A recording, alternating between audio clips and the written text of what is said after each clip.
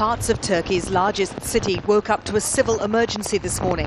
The governor describing the floods across Istanbul as the worst ever. Istanbul's stormwater drains and sewers proved unable to handle a volume of water from successive cloud bursts.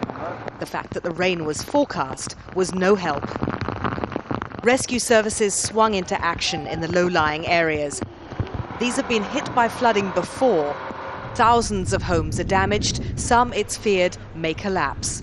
And people are still missing. Eyewitness accounts speak of bodies floating by in the stormwater, which in places reached more than a metre deep. In areas around the city yesterday, in the Sea of Marmara region where Istanbulis take their holidays, people were caught off guard by the speed of the rising waters. Aniden bir sel geldi. It happened so quickly. 2-meter-high running water dragged cars and everything in a couple of minutes. Then it spread around. It was so quick. The Turkish armed forces have been called in to help with evacuations. And there's no end in sight. Rains are forecast to continue today with a new wet weather warning on Friday. Joins me now on the phone from Istanbul. Anita, I know that you're trying to get to the most affected areas. It's proving a bit of a problem. What is the impact of the flood so far on the city itself? Well, it's shut portions of the city off, although bizarrely in the middle of all of it is Istanbul Airport, Istanbul International Airport, which the authorities tell us is unaffected by the flooding. That is to say that planes can land and take off. It's just getting there that's the issue.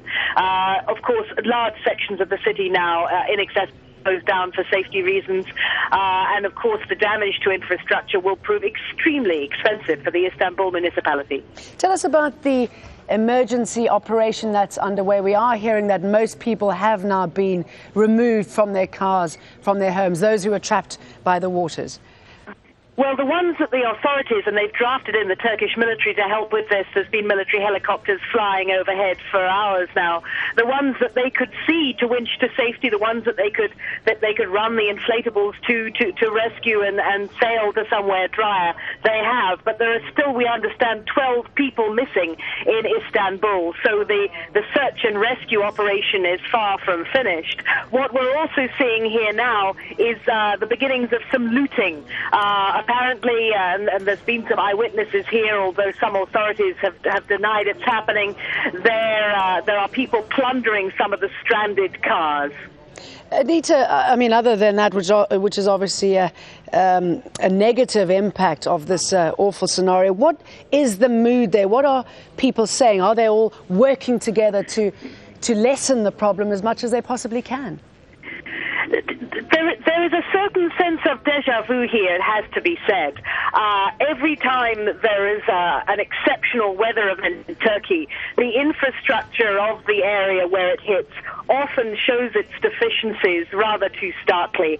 And this is shown into sharp relief. You have here the most prosperous city in Turkey by far, a city of 15 million people, a city with an extremely developed lifestyle, extremely modern way of life, showing its bones incapable of coping with an exceptional weather event. This has, as I say, happened before when these cloudbursts, these big waters, hit areas of the city that have developed in a rather unregulated fashion, and a lot of the areas affected most severely have been areas that have grown in an unregulated way, a product of migration, economic migration to the prosperous city areas. Then the deficiencies in stormwater drainage, the deficiencies in sewers, and the ability of the urban terrain to handle a combination of people and natural forces is thrown into stark relief. And you see on the one hand the citizens saying here, no one has built us the infrastructure that we need, and figures in government and administration turning around and saying, well, you people shouldn't be here at all. Anita McNaught with that update from Istanbul.